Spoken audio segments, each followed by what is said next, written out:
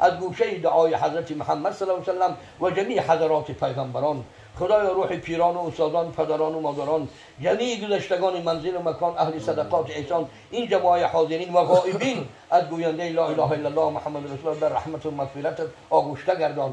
خدایا بابای پوتین هدایت فرما، خدایا سردارا و پادشاهای اروپا را همشان ایمان بده، خدایا سردار چین ایمان بده که اگر او ایمان بیاورد نیم دنیا زیادتر شاید مسلمان شود.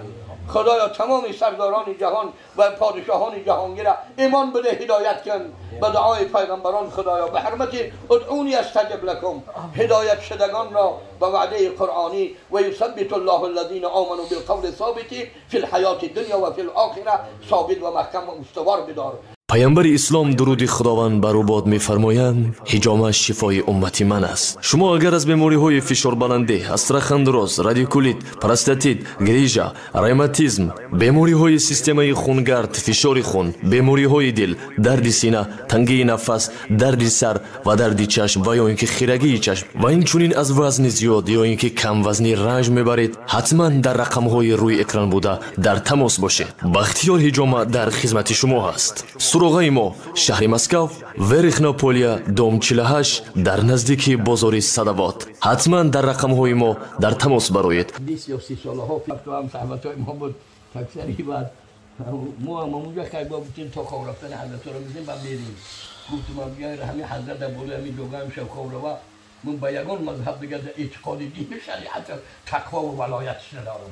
اگر در بالا همین جوگا خواب اگر برای چشم مردم خواب رو خیلی خوب فبیها بس با او بسیار خوشحالش و ایلو اگر در بالای همین خواب به این تهجد دی بامداد نمیدارم که ایشالله این راحت این جان این خیلی آدم تلاوت قرآن، مصلحت دین شریعت، دعوت نصیحت خرسان میشید یا تهجد خانی و طهارت میرفت. اگر میبید آرامی هیچی نیست تک تک نکرد. قرائت قرآن کردید اهل بیت، اهل خانواده یگان قرآن خوانده چقدره، ذکر یاد رحمانی کرده، از تاریکی شب تاریکی قبر یادآور کرده، یعنی تهجد کرده، یعنی تک تک نکرده. گفتی میره با بدن دیگر در مدینه منوره به ذات مرحومش، به ذات رحمت للعالمینش. حاضر نام محمد یک بار صلوات بگو، یک بار اللهم صل علی بگو یا اللهم بارک علی بگو، سر دبالیمون ان شاء الله در تهجد بیدارت میکنه روح پاکش. تو این شوخی ندونی طریقت محمد را، این محبت ایرا. وای وای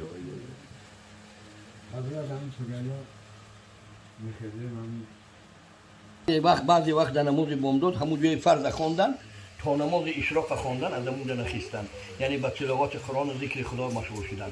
نماز بامداد خوان خیر خدا یاری که نبویشون حاضر میگیم که هم یا کسلی دارن یا ای ترسی کسر نمیرن، خدا توفیق شد کرد. معمول شام در مسجد ما خواندیم بودیم کسلی ها نیاین مسجد دهناشون بندن نیاین در خونهاشو بشینن. خیلی عذرن معذورن. آیت قرآن گفته است که در کدام شهر قشلاق و ولایتی که همین کسلی ندرایه خودتان نداری نروی گفت از فرمون خدا خودمان آداب ای دست میتیم. رفتن در کام نیست، رفتن کوشش خیلی معذور شو میداره. معذور هم که خدا توفیق یاردن کنه. درسته 100% گفتم نصیحت بینیم دعوت بینیم. او بگه شما خوندیم خونه با شکل مومیدون دچینوره توی تابای با پیغمبر اینیم که رسول الله در پیش شدگی. این کار شوخی نیست. برای همین سر بگیره خدا یاریشان کنه، خدا دستگیریشان کنه، خدا دستکمون بگیرشان. خیلی در همون خونه شما بخونن تا همین افتاب برمادن هم بخونن. خدایا پروردگار قبول کنه. دستت جماعت گذارا ثواب شو بچه خداوند. ایش خوب نیست. گفتم کار کامود با قبول نکنه در مهمانی و دوستیش به خانه خودش نمیبره، به زیارت خانه خودش نمیبره. همین خانه هم خانه خدا های تو خدا دوست نداره و آسان نکنه.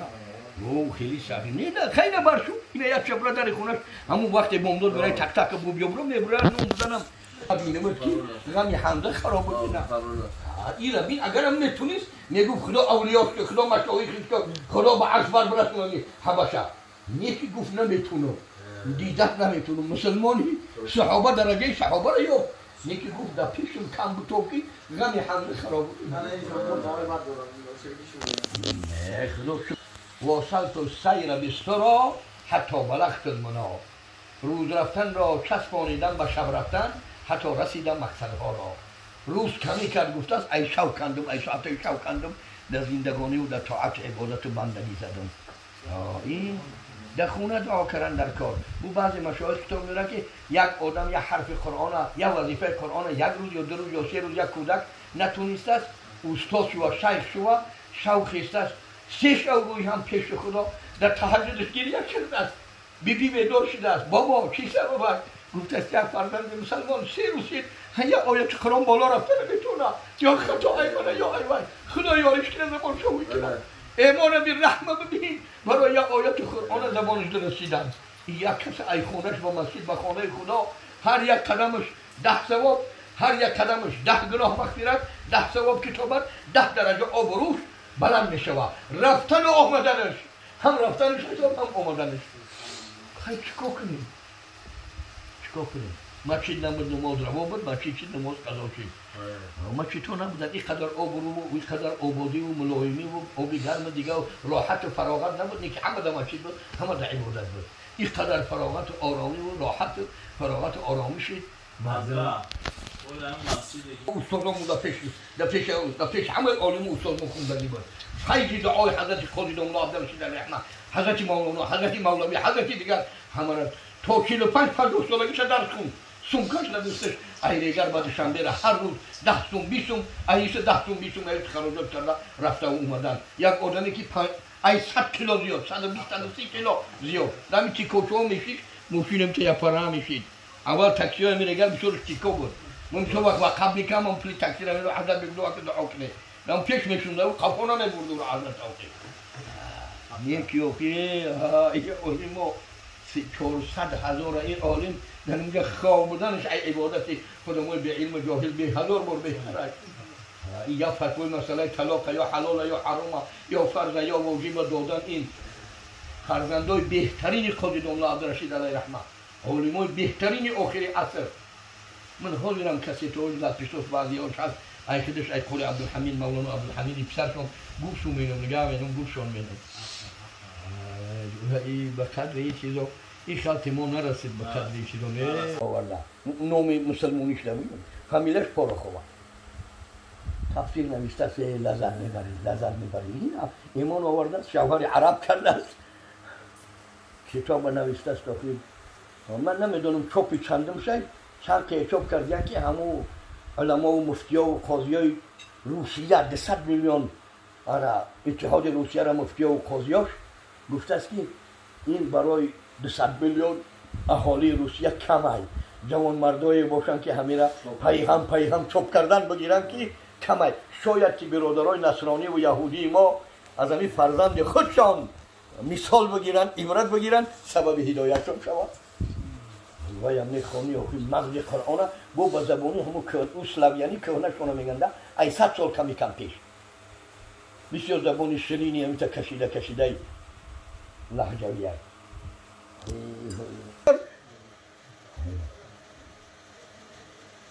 من الحی یخرج من الحی خارج میکند از حی مرده از زنده مرده و یخرج المیت من الحی پیدا میکند از مرده زنده.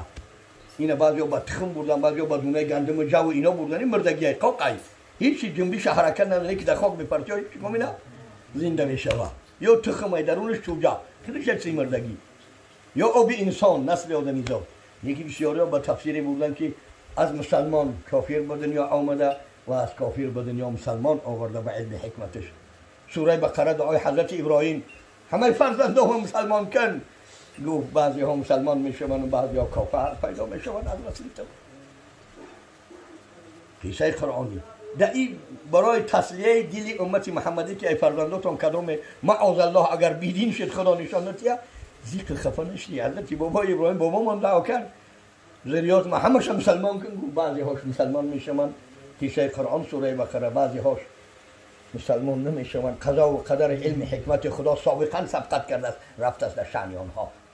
برای همین رسول الله گفت که یک انسان طول عمر 100,000 سالها زندگانی به ایمان و طاعت عبادت حتی یبقى بینه و بین الجنة شبرا یه وجب بین دخول جنت بین جنت و بین آدم یه وجب میمونه فیسبق علیه القدر بس طبقت میکند بر بالای او قدر تقدیر میآید یک کلمه رو میگه یا نقشی از دین مینا به ایمان میشه و کافر میشه معاذ الله به ایمان میره این علم سیری خدای جز پیغمبرای یگان کس نمیدونه ایمان میبره یا نمیبره این سیری خدای برای همه اولیاء و علما و دانشمندا و امتها جگرها خون رفتن تو جان دادن شخصی هایی که با کفر و کافری و معصیت و نافرمانی عمر با باقی 100,000 سال میگذرن حتی یبقى بینه و بین النار شبرا بینش و بین دوزخ یه وجب میمونه برای داخل شدن غلطیدن فیسبق علیه القدر تقدیر الهی با رو سبقت میکنه یک کلمه لا اله الا الله محمد رسول الله میگه مؤمن میشه و اهل جنت میشه صحابه پرسیدن این مجبوری است؟ نه گفت مجبوری نیست علم خدا در این تقاضا کرد که به علم قدیمش دانست که آدم هم یه وجب موندگی با بهشت خودش با فعل بد خودش با ناریزاگی خودش با اختیار و خودش با روح و جسد خودش از دین بیزاری میکنه یا از فرض الهی رو میگردانه با خودش که به همین درجه میغلطانه در درون دوزخ میزنه این آدم طول عمرش با معصیت و دشمنی خدا و شریعت خدا میبره یه وجب میمونه نیکی همون طبیعتش و روحش و خواهشش یه وجب ماندگی خدا را دوست میداره پیغمبر را دوست میداره لا اله الا الله محمد رسول الله اشهد ان لا اله الا الله و اشهد ان محمدا عبده و رسوله خو ای کتاب خو ای قلم خو ای زبان خو ای پرنده چرنده یا که از نصیحت یا ای تربیه یا ای دعوت یا یک کس لطاری سرش یا ای صحبت یک کلمه میگم کلمه را دوست میدارم میگم صاحب کلمه را دوست میدارم صاحب شریعت دوست داشتم همون یه وجب ماندگی ایمان در دلش محکم استوار میشه و به علم قدیم خدا دانسته شد که این آدم همین یه وجب ماندگی دل و محبت اخلاصش همه از کفر و کافری بیزار میشه و خدا اهل بهشتش میده بهشتش میداره اینطوری نه خدا رو مجبور کافر کرده باشه یا مسلمان کرده باشه معاذ الله که خدا ارحم الراحمین یا کسی مجبور دوزخی کنه اون نفس روح یا آدم خودش تقاضا داره قبول نمیکنه یا مسائل نازک علمی ان انا اون کلمه مناسب قدر عقولهم یک شخص میگه حضرت خواب ببینتی سوره اخلاص پرسیدنش رسول الله داشت کیسه ها و روایت خواب هست ای خوابش گپ میزد ای خوابش صحابه میپرسید تعبیر میکرد نیکی حضرت امام محمد گفتن گفت